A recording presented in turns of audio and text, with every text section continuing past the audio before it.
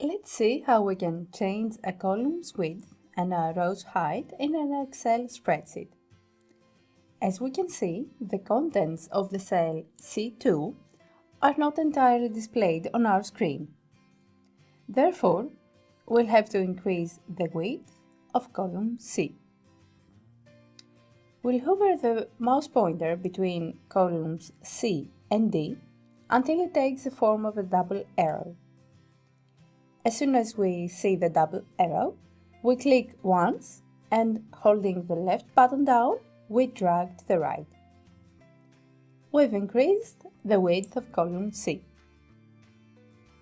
Now, should we want to increase the height of the second row, we'll hover the mouse pointer between rows 2 and 3. As soon as the double arrow appears, we drag to the bottom, holding the left mouse button down. We have increased the height of the second row. The width of column C can also be adjusted automatically. Let's see how. We hover the mouse pointer again between column C and D, and as soon as we can see the double arrow, we double click. The column will be automatically adjusted to the optimal width.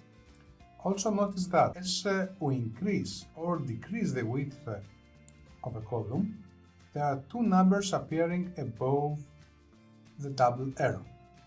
The first number is the number of characters you can type if our font is Calibri and the size is 11 points. The second, in parentheses, is the column width in pixels. There is one more way to change the width of a column. We go to the Home tab, select the Cells group of commands, and then click Format. It drops down a list of options, and we click Column Width.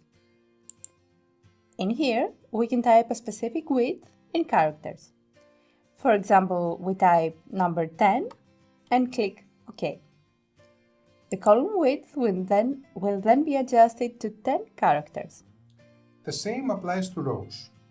So let's select the second row and from the Format command, click Row Height. In here, we can set the row height to 55 and click OK. The row height has now been increased.